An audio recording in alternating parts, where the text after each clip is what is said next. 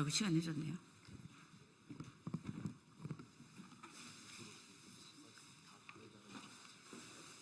안녕하세요.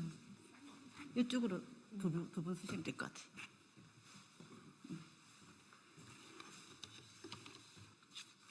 네, 반갑습니다. 비정규직 노동자 의원 진보당 정혜경입니다. 감정노동자보호법 6년 됐는데요. 그 과정에 다시 실태조사가 필요하다는 기자회견입니다. 감정노동자 1천만 명 시대에 감정노동자들을 보호하기 위한 감정노동자보호법, 산업안전보건법 개정안이 시행된 지 이제 6년이 되었습니다. 그러나 현장은 아직 충분히 보호받고 있지 못합니다. 상담 전화에서는 노동자를 보호해야 한다는 법 안내 멘트가 흘러나오지만 계속되는 폭언을 견디면서도 전화를 끊을 수가 없습니다. 폭언 이후 감정을 추스를 새도 없이 다시 가면을 쓰고 업무를 시작해야 하기도 합니다. 노동자로서의 존엄과 인권을 위협받는 일들이 아직도 현장에서 벌어지고 있습니다. 감정 노동자를 보호하기 위한 이 법의 취지를 제대로 시행하기 위해서는 무엇보다 현장 노동자들의 목소리가 반영되어야 합니다. 그런 취지에서 오늘 177개의 사업장 노동자들의 목소리를 발표하는 기자회견을 하게 되었습니다. 이 노동자들의 목소리에 귀를 기울여 주십시오. 오늘 기자회견은 먼저 참가하신 분들 소개하도록 하겠습니다. 한인임 이음 이사장님 오셨습니다. 이선명 공공운수노조 경기지역본부 국민권익위원회 공무직 분회장님 오셨습니다. 신희철 공공운수노조 희망연대본부 공동본부장님 참석하셨습니다.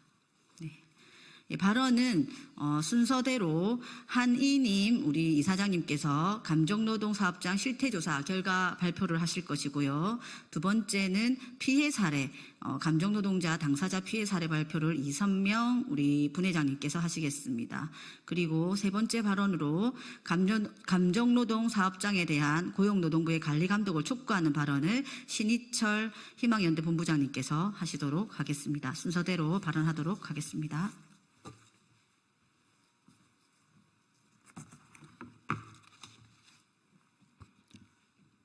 네, 2024년 정기국회 국정감사를 앞두고 감정노동 네트워크에서는 참여 단위 중 노동조합을 대상으로 약 열흘간에 걸쳐서 9월 중순에 보호규제 작동 수준을 점검했습니다.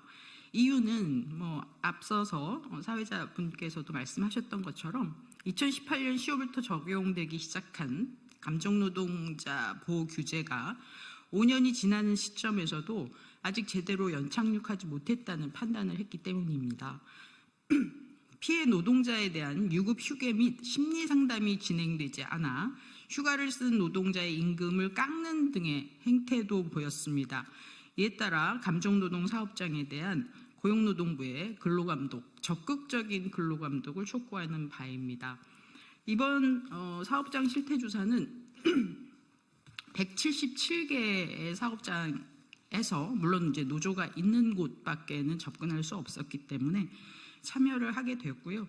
업종은 굉장히 다양했습니다. 그래서 방문 노동자, 돌봄 노동자, 그리고 지하철, 철도, 콜센터, 그리고 각종 연금 조직 이런 곳에서도 참여를 했고 유통사업장에서도 꽤 많은 참여를 해서 굉장히 다양한 사업장의 환경을 볼 수 있었다라는 판단을 하고 있습니다.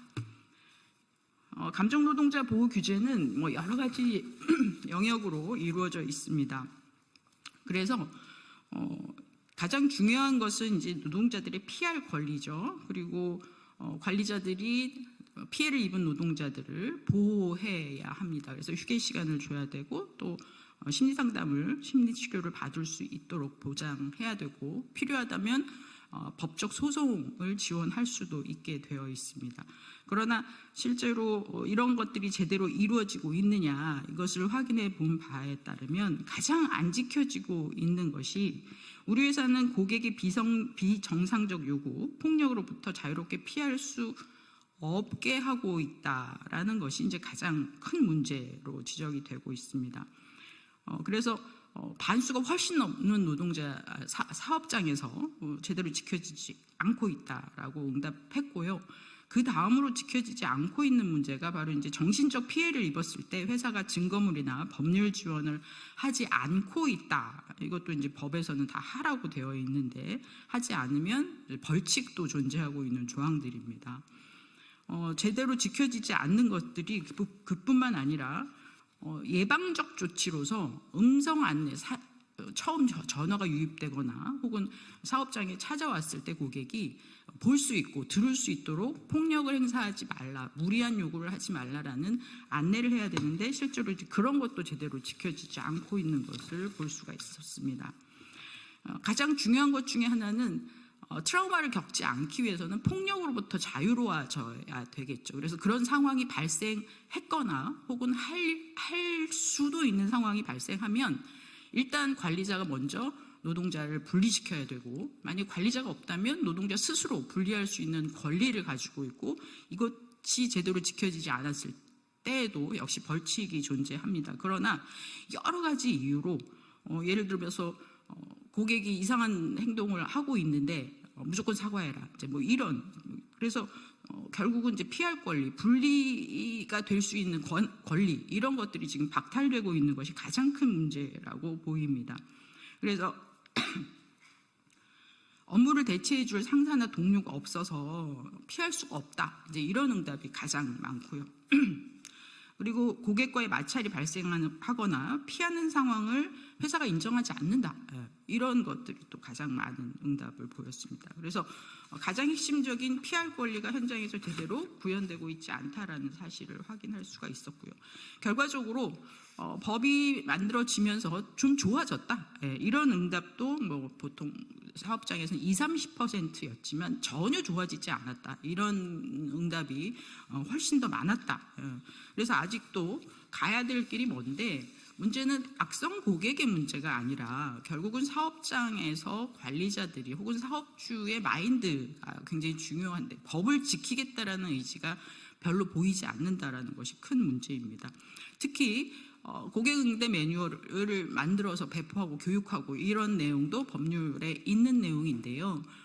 그렇다면 이 매뉴얼을 누가 만들 거냐, 노동자 참여권이 있는 거냐, 노동자가 작업 중지를 할 수 있느냐, 이런 것도 실제로 거의 되고 있지 않다라는 확인을 할 수 있었습니다.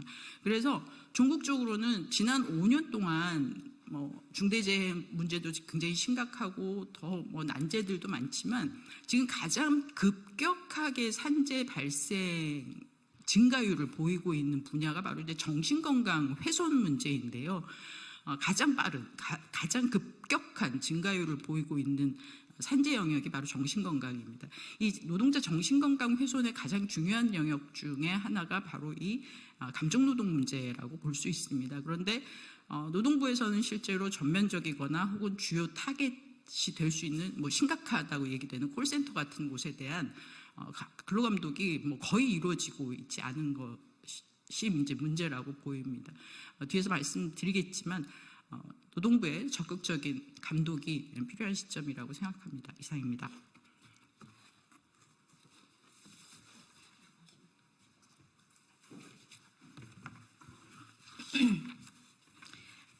네, 안녕하십니까. 저는 국민권익위원회 소속으로 정부 민원 안내 콜센터에서 중앙정부, 지방자치단체, 공공기관의 산하기관까지 정부에 변경되는 정책과 다양한 상황을 정부를 대신해 국민께 안내드리고 있는 정부 민원 안내 콜센터 노동자입니다.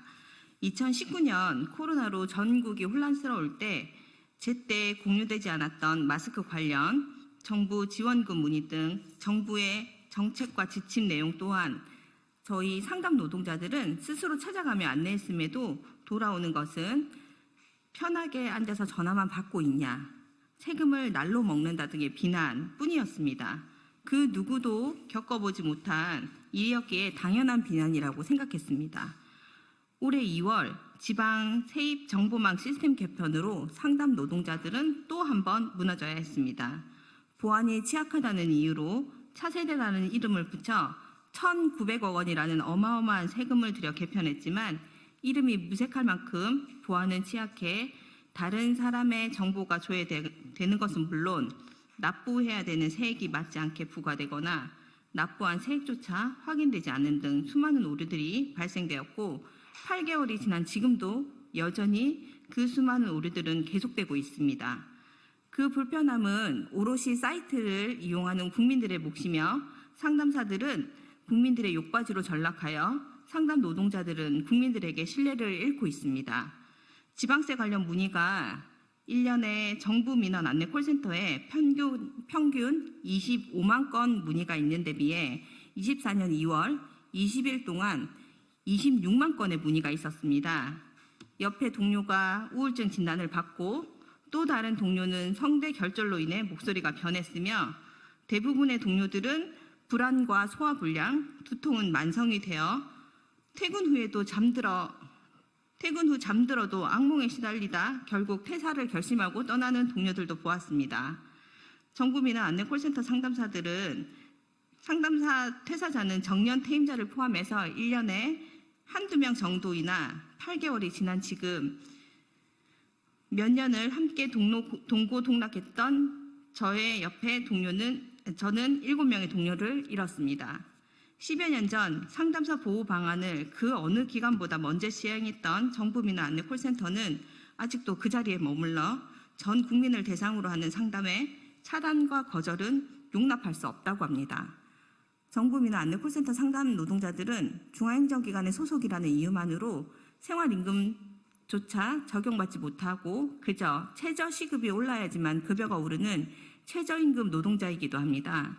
최저임금법 부칙 제2조 2항에 따라 식비 전액이 최저임금에 산입되어 있어 입사 5년 미만 노동자들은 식비를 제외하면 최저임금보다도 적은 금액을 받는 상담 노동자입니다. 그러나 소속기관인 국민권익위원회는 상담 노동자에 대한 대책 마련은커녕 매년 예산은 기획재정부, 시스템 오류는 행정안전부 등 다른 부처 핑계를 대며 제대로 된 항의조차 못하고 있습니다. 비난과 비하 발언에도 본인의 업무에 최선을 다하기 위해 하루하루 버텨내고 있는 상담 노동자들에게 국민권익위원회는 예산이 부족하다, 위원회라 권고밖에 할 수 없다라는 변명만 하고 있습니다. 저번 달 정부 민원 안내 콜센터 상담사들은 정부 지침에 따라 운영했던 재택근무자들이 4년 반 만에 10월 15일부터 복귀를 시작했습니다. 범정부 AI 기반 통합 콜센터 서비스 구축으로 더는 미룰 수가 없기 때문입니다.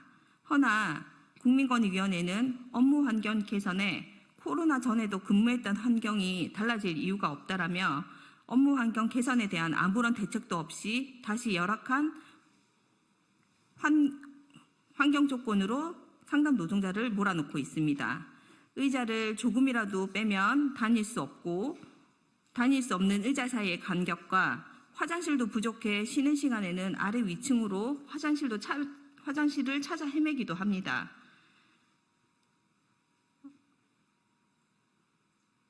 천장에 설치된 조명의 밝기가 어두워 개선을 요구했지만 누구나 오는 노안으로 회사가 책임질 일은 아니다라고 말을 합니다.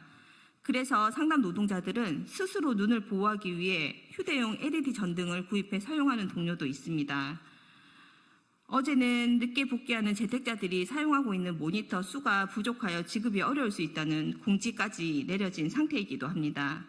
국민권익위원회는 이런 핑계와 회피보다는 빠른 대책과 마련에 책임 있는 자세를 보여줘야 할 때이며 적극적인 태도로 상담 노동자들의 업무 환경 개선과 임금에도 관심을 가져주어야 할 때입니다. 감사합니다.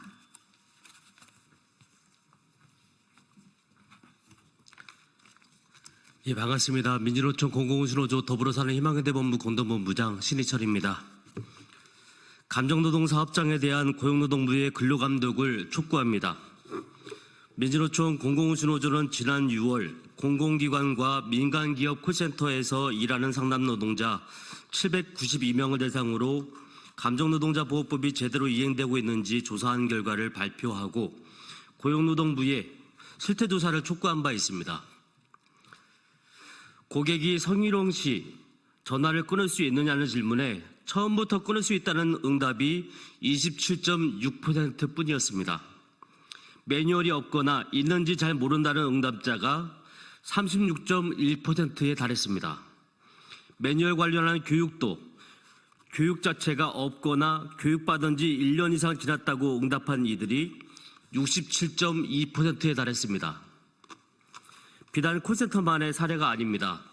감정노동자 보호법이 시행된 지 6년이 지난 최근 노동인권단체 직장갑질 119가 진행한 설문조사 결과 응답자 10명 중 7명이 사업주는 감정노동자 보호를 위해 적극적인 의지를 보이고 있지 않다고 답변했습니다. 민원인에게 괴롭힘을 당한 경험이 있는 피해자 중 61.9%가 피해를 신고하거나 회사에 대책을 요구하길 포기했고 25.6%는 회사를 떠났다고 합니다. 절반이 넘는 53.6%가 고객 등 제3자 폭언 등으로부터 회사가 노동자를 제대로 보호하고 있지 않다고 답변했습니다. 이번 콜센터, 택배 노동자, 가스검침원, 방문 간호사 등 방문 노동자, 장애인 활동 지원사 등 돌봄 노동자, 병원, 철도 지하철 노동자, 도서관 사서, 환경미화원 등의 사업장을 대상으로 조사한 감정노동 전국 네트워크의 조사 결과에도 조금 전에 말씀드리신 것처럼 그 현실을 알 수 있습니다. 고용노동부는 대체 책임 역할을 다 하고 있습니까? 지난 2021년 국가인권위원회 콜센터 인권 현황 실태조사 연구 용역 결과 발표 국회 토론회에서도 작년 감정노동자보호법 5주년 토론회에서도 참가한 고용노동부 담당자에게 분명히 제기했습니다. 올해 들어서도 여러 차례 제기한 바 있습니다. 뭐 하나 진행된 게 없습니다. 정부 차원의 정기적인 감정노동 실태조사와 이행 점검이 필요합니다. 감정노동 사업장에 대한 근로감독이 절실합니다. 감정노동 사업장 범위가 광범위하다면 노동조합이 있어서 그 실태를 제대로 증언할 수 있는 사업장들 혹은 노동조합은 없어도 제보가 있는 사업장들이라도 먼저 근로감독을 진행하십시오. 언제까지 손 놓고 있을 거란 말입니까? 더불어 공무원 악성민원 보호대책 강화와 함께 공공부문이든 민간부문이든 고객응대 보호대책 개선이 이뤄져야 할 시점입니다. 6년 전 도입된 감정노동자 보호법과 각종 매뉴얼은 사용자의 의무를 제대로 담지 못하고 있습니다. 고객 폭언 등을 수차례 당해야 그나마 끊거나 피할 수 있습니다. 실적 등을 압박하면서도 고객응대 노동자 보호 책임은 회피하는 원청의 책임을 제대로 다루고 있지 못합니다. 감정노동자 보호 매뉴얼을 현실에 맞게 개선하고 책임 있게 임해 주십시오. 감사합니다. 예, 오늘 고용노동부 산하단체 국정감사가 있습니다. 저도 오늘 감정노동자 보호 관련해서 실태조사할 것을 촉구하도록 하겠습니다. 이것으로 기자회견 마치도록 하겠습니다. 수고하셨습니다. 고생하셨습니다. 지금 감사 시간이 돼가지고.